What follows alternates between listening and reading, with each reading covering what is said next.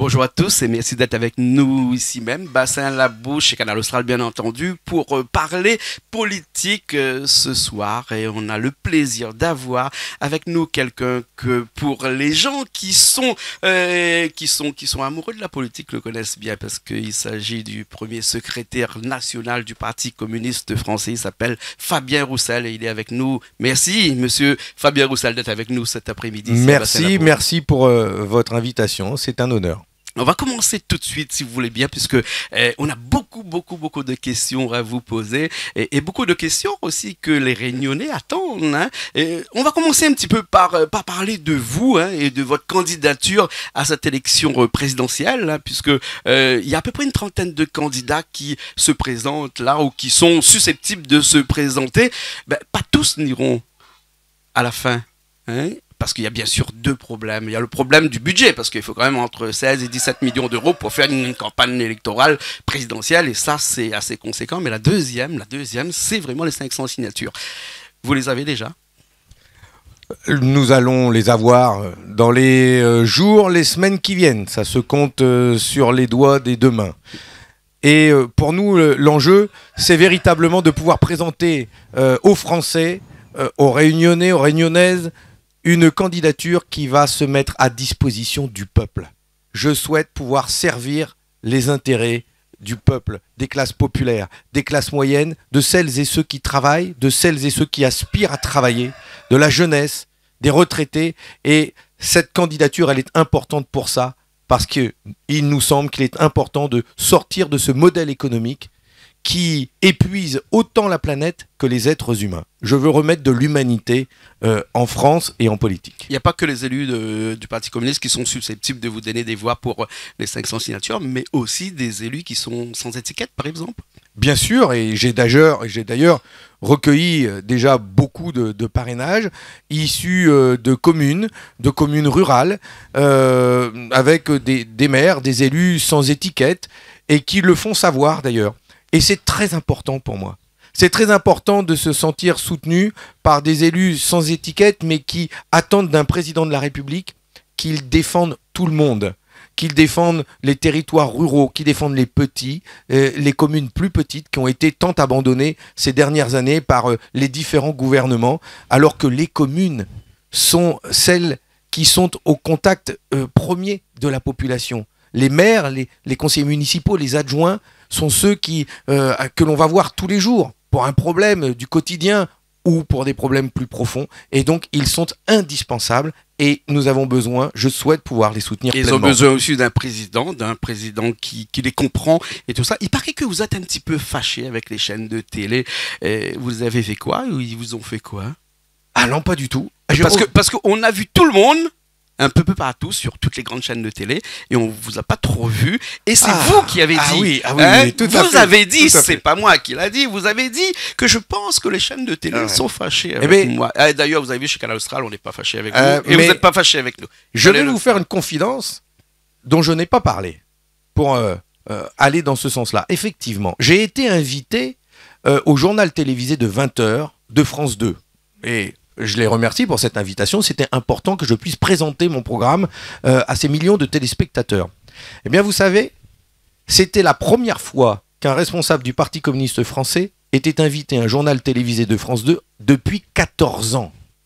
Alors, voilà les inégalités de traitement que je dénonce. C'est vrai que vous n'avez pas eu de candidat aussi la dernière fois. Mais il n'empêche qu'il n'est pas, normalement, on ne devrait pas être obligé de présenter un candidat à la présidentielle pour pouvoir défendre même avant ses aussi. idées. Mais bien sûr, avant mais pour aussi, pouvoir défendre le monde du travail.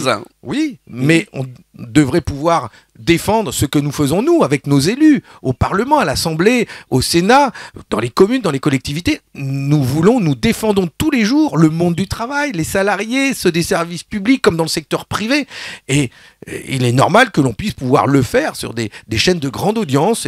Mais je suis content parce que ça change. Et j'entends d'ailleurs beaucoup de journalistes et de médias qui trouvent que le discours que je porte a une petite singularité a même une grande originalité à gauche, et c'est tant mieux. Bien sûr, bien sûr. On va entrer tout de suite dans le vif du sujet, si vous voulez bien. On va parler des choses qui intéressent la Réunion. On va parler de quelque chose qui est vraiment important aussi à la Réunion et qui existe aussi à la Réunion, c'est l'immigration. Aussi une immigration un petit peu directe ou indirecte. On va en parler tout de suite. En 1980, il y a Georges Marchais qui était un grand monsieur que vous connaissez bien, qui avait dit que l'immigration est responsable du chômage en France. C'était une période. Aujourd'hui, c'est peut-être plus le cas. On va pas parler de la France, mais on va parler de la Réunion avec une immigration à la Réunion, une immigration qui nous vient de l'ouest de l'île de la Réunion, qui passe par Mayotte, c'est-à-dire les Comores, qui passe par Mayotte et qui arrive à la Réunion et qui sont aussi des sans-papiers, puisqu'il y en a beaucoup ici qu'on ne voit pas.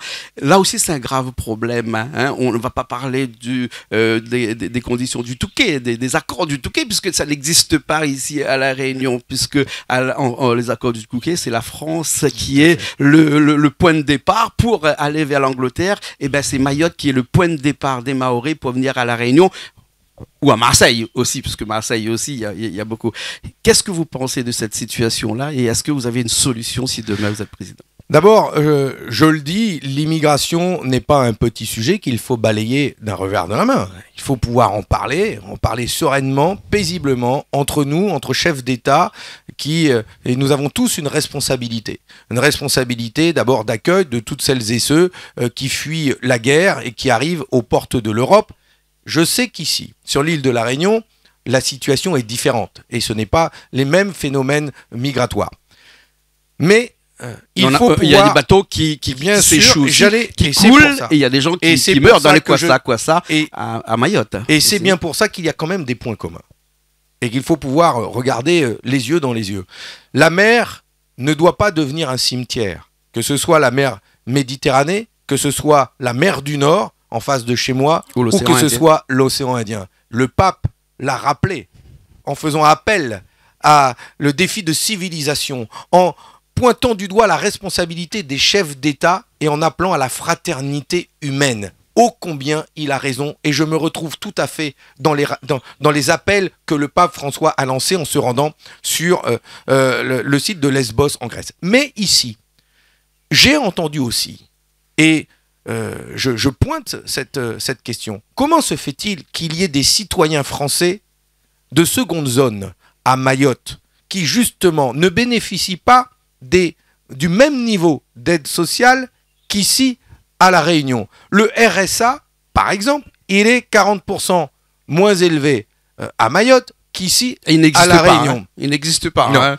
C'est une erreur du gouvernement. Mais de deux choses l'une, où il n'y a pas de minima sociaux, où il y en a, et chacun doit avoir les mêmes droits. Parce que dans la même région géographique, quand il y a deux territoires aussi proches que Mayotte et que l'île de la Réunion, mais ça crée une différence qui n'est pas juste. Et avec une carte d'identité, on peut prendre l'avion à Mayotte et arriver à la Réunion. Et ici, on s'installe et on a le RSA. Mais à Mayotte aussi. Les gens à Mayotte louent leur maison et viennent et restent ici en logement, dans des logements sociaux ici, avec le RSA. Et c'est une diaspora mahoraise qui fait que tous les mois, ils envoient de l'argent à Mayotte. Et quand on dit Mayotte, on est gentil puisque Mayotte est français, donc on n'aura pas à se plaindre. Mais c'est pas Mayotte, c'est aussi les Comoriens. Les Comoriens, vous savez, ils sont tous comme des Mahorais. Ils ont tous le même visage, ils ont tous le même nom. Donc du coup, comme à Mayotte, on peut être marié avec une femme à Mayotte, une femme à La Réunion et une femme aux Comores. Donc, on lui passe le passeport. De le passeport, il arrive à Mayotte et avec ce même passeport-là, il revient à La Réunion et il envoie par la poste ensuite le passeport à Mayotte qui retourne aux Comores pour faire en sorte que la personne revienne légalement après. C'est un trafic qui a et qu'il faut vraiment résoudre ce problème-là. C'est un des plus gros problèmes qu'on a ici à La Réunion. On a 100 000 RSA ici à La Réunion. 100 000 RSA ici à La Réunion. Il y a à peu près 10%. C'est des gens qui viennent de l'autre côté. Hein, et dans lequel il y a beaucoup de Comoriens. Et j'ai eu d'ailleurs l'occasion d'en parler avec le président du département, M. Melchior, que j'ai demandé à rencontrer. Et nous avons eu l'occasion d'échanger ensemble sur cette question. Mais c'est pour ça que j'entends, moi, bien distinguer les deux choses. Il y a des citoyens français, mahorais, et des citoyens réunionnais qui n'ont pas les mêmes droits ici et qui n'ont pas les mêmes droits. Et donc on ne parle pas d'immigration. Et je ne veux pas confondre et parler d'immigration. Quand on est citoyen français, on doit avoir les mêmes droits que l'on habite à Mayotte ou que l'on habite à Saint-Denis ou à Sainte-Suzanne, où nous sommes ici. Bien sûr. Et ça, c'est une question d'égalité sociale. Et cette égalité sociale, elle est au cœur d'ailleurs des combats que le Parti communiste réunionnais ou le Parti communiste français a mené dans toute son histoire et que nous menons encore aujourd'hui. Et donc je demande aux responsables politiques qui viennent ici et qui parlent d'immigration, qu'ils parlent aussi d'égalité sociale entre tous les citoyens. Et déjà, ça permettra de se mettre d'accord sur les bons termes. Et moi, je suis pour l'égalité sociale entre les citoyens français. D'accord, d'accord. Alors, quand vous parlez de l'égalité sociale, on va parler forcément de vie chère ici. On a un SMIC qui est le même qu'en métropole, c'est-à-dire à 1258 euros net par mois. Vous pensez que ce SMIC, il est pas assez cher, il faudrait l'augmenter, il faudrait le remettre en condition, hein. Vous faites comment? Alors d'abord, je trouve scandaleux que le point commun entre les pays d'outre-mer, et je parle bien de pays d'outre-mer, ce soit la vie chère, qui est encore plus chère ici qu'en métropole. Pourquoi cette injustice? Quel sort a-t-on bien voulu faire? Il paraît qu'il y a 51 de vie plus cher à La Réunion, puisque les fonctionnaires qui arrivent à La Réunion, ils ont une surtaxe de 51%. Donc ça veut dire que la vie chère à La Réunion, elle est plus chère de 51. On ne sait pas comment ils ont fait le calcul, mais en tout cas, c'est la réalité. Je suis aussi allé aux Antilles, la vie chère, elle est plus forte aux Antilles qu'en métropole. Ce n'est pas acceptable. L'égalité sociale, c'est respecter chaque citoyen où qu'il habite. Et la vie chère ne doit pas être plus chère ici. Il faut défendre le pouvoir d'achat des Français. C'est le cœur de mon combat. La meilleure réponse à apporter à la vie chère, c'est la hausse des salaires. Et ici, à La Réunion, c'est de garantir l'égalité salariale entre les salariés du privé et les salariés du public qui, eux, bénéficient justement de ce que l'on appelle peut-être injustement indexation. Une surrémunération lié à la vie chère. Oui. Mais pourquoi il n'y a pas une surrémunération pour les salariés du privé? Oui, parce qu'ils mangent les mêmes choses, ils habitent au même endroit. C'est des hommes pareils. Donc pourquoi il y a une certaine différence entre le fonctionnaire et celui qui travaille dans le même service à côté et qui est privé? Eh bien, cette inégalité, elle est insupportable. Et c'est justement à l'État, à la République, de faire respecter les mêmes droits pour tous. Ça me fait penser à ce qu'avait dit à l'Assemblée nationale Laurent Vergès, député de La Réunion, qui avait dit « Nous les pas plus, nous les pas moins, respecte à nous ». Oui, il faut respecter le peuple. Laurent Vergès. Il faut respecter le peuple réunionnais et garantir à chaque Réunionnais, à chaque Réunionnaise, les mêmes droits, l'égalité sociale face au travail, face à la santé, face à l'école et l'éducation. Or, ce n'est pas le cas. C'est pour cela que moi, je tiens à m'engager que président de la République, je respecterai les choix des Réunionnais, qui sont les mêmes, les mieux à même, à savoir ce dont ils ont besoin, les moyens qu'il leur faut pour y parvenir, et c'est à la République d'entendre cette volonté et de dire d'accord. Et on nous demande les salaires, d'accord, on nous demande les salaires, mais on va les chercher où? Mais aujourd'hui, les entreprises à La Réunion, en tout cas les privés, ils ont subi la crise sanitaire, ils sont tous actuellement, ils tirent la langue, comme on dit chez nous. Ils ne peuvent pas augmenter les salaires parce que s'ils augmentent les salaires, il faut qu'ils augmentent leur prix de vente. Or, avec le problème de la vie chère, on ne peut pas aussi augmenter les prix de vente. Donc du coup, il ne reste que les fonctionnaires qui pourraient éventuellement se faire voir encore monter les salaires, même avec l'indexation qu'ils ont déjà. Comment on fait pour passer d'un SMIC qui a 1258 euros à un SMIC qui a 1500 euros, comme vous l'avez dit d'ailleurs. D'abord, je fais la différence entre les salariés du privé des grandes entreprises et des grands groupes, des multinationales, et les salariés du privé des petites boîtes, qui ont besoin d'être soutenus et qui ont besoin effectivement qu'on les aide à accompagner cette revalorisation des salaires. Les salariés des multinationales, les grandes boîtes, ils font des bénéfices, qui font des bénéfices et qui touchent même de l'argent public, de l'argent de l'État. C'est inadmissible. Elles devraient, elles, être les premières à s'engager à augmenter les salaires plutôt que de distribuer des dividendes, à baisser leurs marges pour pouvoir augmenter les salaires. Et quant à toutes les petites entreprises que je connais bien et avec qui je travaille, que je vais encore rencontrer ce soir après le meeting de Sainte-Suzanne, ce que nous proposons, nous, c'est de les accompagner et de baisser les charges qui pèsent sur elles. Et quand je parle de charges, je ne parle pas des cotisations sociales, je parle du poids des assurances, je parle du poids des banques et parfois des prêts avec des taux élevés. Je parle des charges de l'énergie, par exemple la facture de gaz, d'électricité, qui pèse sur le budget des ménages. Et ces factures, elles pèsent aussi sur le budget des entreprises. Et quand il faut un boulanger, pour faire tourner son four, ils consomment beaucoup d'électricité ou de gaz. Cette facture, elle a augmenté de 50%. Comment voulez-vous qu'ils s'en sortent? Et on va lui demander d'augmenter les salaires. Eh bien moi, on lui donne un chèque de 100 euros. Je dis, pas chèque de 100 oui, euros, c'est des miettes, c'est la misère. Et en plus, Macron voudrait qu'on soit reconnaissant et qu'on lui baise la main. Ça, c'est hors de question, c'est du mépris.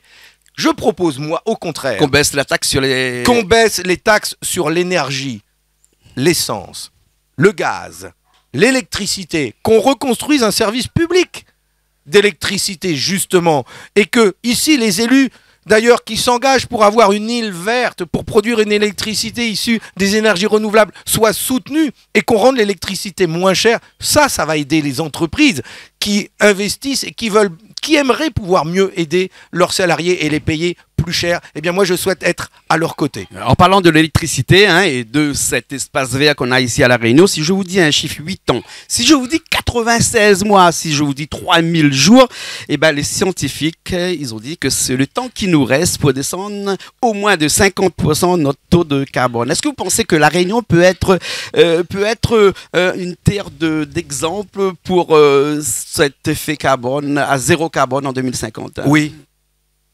Oui. Sincèrement, oui. Parce que je suis comme tous ceux qui aujourd'hui tirent la sonnette d'alarme en disant que si nous ne changeons pas de mode de consommation, de mode de production, si nous ne changeons pas notre modèle économique, il y a un risque de dépasser la hausse des températures et qui serait inéluctable. Nous sommes dans la période où dans les 10 ans qui viennent, il faut complètement changer de système. Et ceux qui parlent du capitalisme vert, moi je dis que le problème là-dedans, c'est pas la couleur, c'est le capitalisme et qu'il faut changer de modèle économique. Mais oui, quand je dis que c'est possible, je m'appuie sur des exemples concrets. Par exemple, ici à Sainte-Suzanne, le maire Maurice Gironcel m'a expliqué tous les... Qui est avec nous, à côté. Tous les engagements, les investissements qui ont été faits ici et qui lui permet de produire une électricité qui va au-delà de la consommation même de ses habitants. Il est en électricité, en énergie positive. C'est possible. Et cette île, justement, regorge de ressources et a besoin d'être accompagnée dans ce type d'investissement. Mais ces investissements, justement, ça coûte de l'argent. Et c'est de l'argent public qu'il faut mettre. C'est pas à chaque fois dans les poches des contribuables qu'il faut aller les chercher. Nous disons que la France, elle est riche. Et que cette richesse qui est à nous, aujourd'hui, elle doit être mise au service de ces beaux défis que sont l'énergie verte et notamment le défi climatique. Et cet argent, je souhaite aller le chercher dans les poches de ceux qui en ont plein.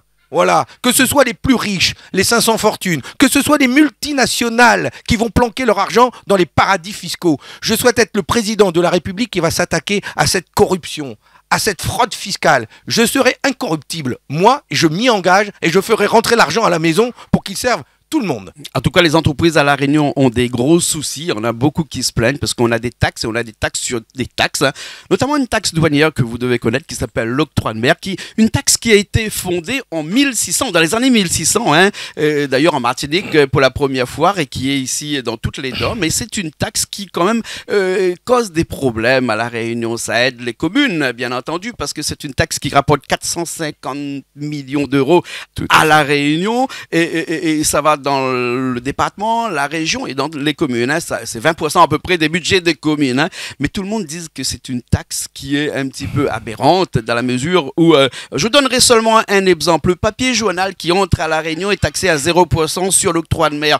Les essuie-mains, c'est taxé à 0%. Par contre, le papier toilette est taxé à 15%. On se demande comment il faut pour faire ces taxations-là. Donc, ce qui veut dire que c'est un petit peu farfelu. Et qu'est-ce qu'il faudrait faire? On en a parlé beaucoup de ça. Et dernièrement, il y a un ministre qui a dit, de toute façon, on peut rien faire puisque c'est les élus qui n'en veulent pas, qui veulent pas demander à qu'elle soit abrogée puisque ça apporte quand même de l'argent dans les communes. Mais vous avez tout résumé. Mais c'est vrai. Et je n'entends pas d'élus qui dit il faut supprimer l'octroi de mer parce que tout de suite, ça va... il va falloir trouver 20% de mais budget bien quand sûr, même. Et c'est pour ça que je vous ai dit au début de notre entretien, dans les premières propositions que je mets sur la table, c'est d'augmenter les dotations aux communes. Il faut que le budget de l'État vienne soutenir les communes, les collectivités. Vous savez que sous le président Hollande, ce sont 15 milliards d'euros en moins qui ont été versés aux collectivités. Sous le budget, sous la présidence de Macron, ce sont 10 milliards d'euros en moins qui ont été versés aux collectivités. Et donc, ces politiques d'austérité, d'économie que l'on a faites aux communes fait qu'aujourd'hui, elles ont les mains liées dans le dos.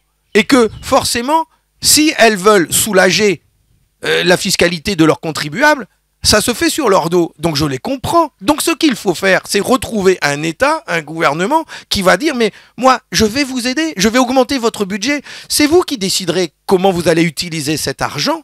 Et du coup, effectivement, les collectivités pourront décider d'avoir une fiscalité plus juste, plus compréhensible entre le PQ et Sopalin, de ne pas avoir la fiscalité, oui, c'est n'importe quoi. Lui, il est taxé à 0%. Bien sûr. Et donc je comprends. Mais il faut pour cela pouvoir donner des marges de manœuvre aux communes pour qu'elles puissent pouvoir décider, mais sans perdre d'argent. Sinon, demain, c'est des travaux en moins. Bien sûr, mais pour construire des logements, il y a 30 000 pour construire communes des en France. écoles. Il y a 30 000 communes en France. Il y a à peu près 350 communes un peu réparties dans toutes les DOM. Mais tous ces communes qui sont en France et qui ne vivent que sur les dotations de l'État, pourquoi nous, à La Réunion, on n'est pas capable de vivre seulement avec les dotations de l'État? Il nous faut en plus l'octroi de mer. Mais d'abord, je vous rassure, tous les maires et toutes les communes que je rencontre dans tout le pays, dans tous les territoires, se plaignent qu'elles n'ont plus les moyens. Se plaignent même qu'on leur ait supprimé la taxe d'habitation, qui était un levier, alors que certes compensé par l'État, mais l'État il dit toujours qu'il compense une année, l'année d'après on ne sait pas. Bref, toutes les communes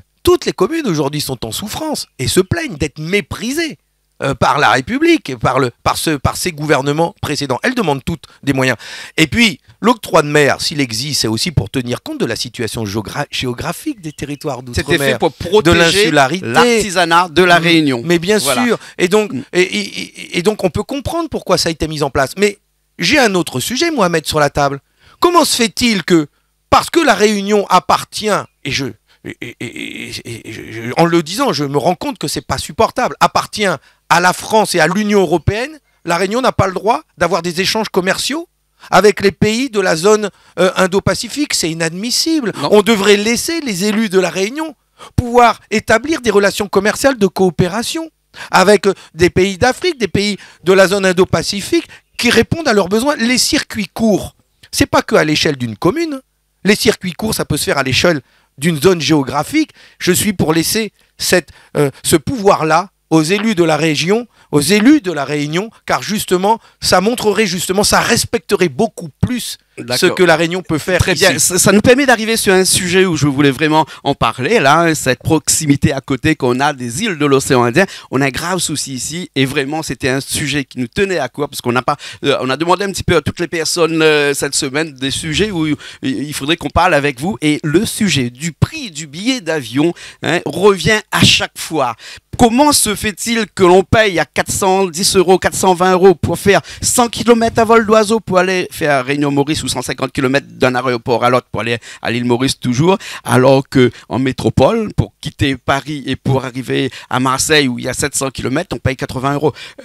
Comment ça se fait que ce billet d'avion est très cher à La Réunion? Personne n'a jamais pu nous en parler. Dernière fois, quand moi j'ai essayé d'en parler ici, sur ce plateau ici, le gouvernement mauricien nous a coupé. On n'est plus diffusé à l'île Maurice là aujourd'hui, parce qu'on nous a coupé, parce qu'on a dit que c'est des sujets qu'il ne faut pas aborder.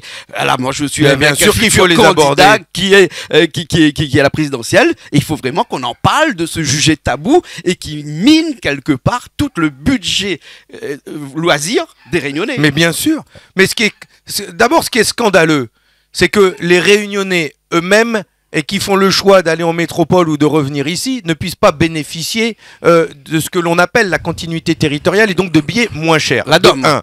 Voilà. Mais je n'accepte pas qu'on sache le faire pour la Corse et que ceux qui habitent en Corse, qui sont originaires de la Corse, puissent bénéficier de billets préférentiels et qu'on ne le fasse pas ici. Ou alors si le gouvernement dit « mais c'est à vous de payer ». C'est à la région de payer. Et j'en ai parlé avec Huguette Bello, et ce n'est pas normal. Air Austral a une responsabilité. Cette compagnie a été créée notamment pour pouvoir assurer la desserte régionale. C'est inadmissible que ce soit encore à la collectivité de payer. C'est au gouvernement français d'assurer cette continuité territoriale pour les Réunionnais. Et puis ensuite, enfin, comment ça se fait que le gouvernement va donner des milliards d'euros à Air France, va soutenir cette compagnie et du coup provoquer une concurrence déloyale avec une compagnie régionale comme Air Austral qui a besoin d'être aidée comme les Air France. Donc moi je m'engage à accompagner et à aider financièrement cette compagnie Air Austral et lui permettre les moyens de son développement. Et y compris, c'est une raison pour le climat, hein. Je ne comprends pas que quand on est à La Réunion, qu'on veut aller à côté, ici en Afrique, on soit obligé de passer par Paris, alors qu'il n'y aurait qu'un trajet à faire. Eh bien, pour justement lutter contre les émissions de gaz... Oui. Mais bien sûr. Oui. Mais c'est pour ça que c'est très important de pouvoir faire ça. On ne peut pas dire qu'il faut limiter le trafic aérien et puis forcer une compagnie aérienne à passer par on mettra Paris des avions électriques. On mettra des avions électriques la prochaine fois. Ouais, ou des trottinettes. Monsieur Roussel, si vous voulez bien, pas une dernière question, parce que après vous allez cuisiner, hein, il paraît. Avec grand plaisir. Aussi, hein. La crise sanitaire ici à La Réunion. Alors il y a une crise sanitaire qui est un petit peu qui est mondiale. Hein. En France, on en a parlé. Dans les autres pays d'outre-mer où vous y étiez aussi en Guadeloupe dernièrement, ça s'est quand même un petit peu chauffé. Le ministre a parlé même de l'autonomie.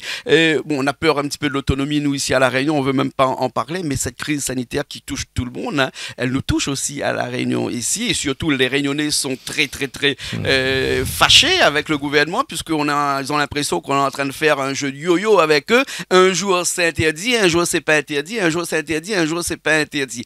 Alors qu'est-ce qu'il faudrait pour remettre un petit peu de l'ordre dans tout ça, avoir des gens qui, entre guillemets, sont élus et qui savent prendre des décisions fermes et qui disent c'est comme ça, un point c'est tout, ou sinon aujourd'hui c'est comme ça, demain c'est comme ça, demain c'est comme ça. Vous pensez qu'on écoute trop les scientifiques, ou bien sinon les scientifiques gouvernent la France? D'abord, on n'écoute pas assez les gens et les élus locaux, et notamment ceux de La Réunion. Parce que nous avons dénoncé au Parlement, par la voix de ma collègue Karine Lebon, qui j'étais ce matin, et qui a dénoncé l'état d'urgence qui a été imposé ici encore à La Réunion, alors que c'était levé en France métropolitaine. Et donc, il y a eu des mesures de restriction qui ont été imposées aux habitants de La Réunion, alors que le taux d'incidence était inférieur à celui de certaines régions où ces mesures de confinement n'existaient pas. Donc d'abord, respectez ça. Respecter les situations régionales. Et ensuite, le combat que nous menons, nous, contre cette pandémie, le combat que nous menons, nous, avec d'autres d'ailleurs, c'est d'obtenir la levée des brevets sur la production des vaccins pour que tous les peuples du monde qui demandent de pouvoir le faire puissent produire ces vaccins librement chez eux. L'Afrique du Sud le demande, l'Inde le demande. Mais vous allez être fâché avec les Big Pharma. Pas de problème. Alors moi, non seulement... 35 milliards de bénéfices. Incroyable. J'ai dénoncé ce chiffre. C'est vous qui avez dénoncé d'ailleurs, effectivement. C'est énorme. Ils se font des montagnes d'or sur cette pandémie. C'est honteux. C'est honteux. Nous devrions mettre tous nos moyens, toute notre réflexion, tous les scientifiques de Pfizer, de Biotechnologie, de Moderna, ensemble, autour d'une table, pour améliorer toujours mieux leurs vaccins et donner la recette, comme on dit, les brevets, aux pays qui le demandent, parce qu'ils le demandent. Il y a aujourd'hui, c'est l'OMS qui le dit, il y a aujourd'hui que 7% de la population d'Afrique de vaccinés, alors que l'objectif, c'est 40% d'ici le 31 décembre. Nous n'atteindrons pas cet objectif. C'est comme ça qu'apparaissent malheureusement des variants. Enfin, c'est aussi pour ça.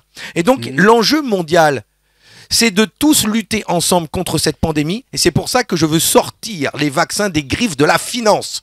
Je veux pouvoir en maîtriser la production et permettre à tous les pays qui le souhaitent de pouvoir le faire. C'est ce qu'avait fait Nelson Mandela.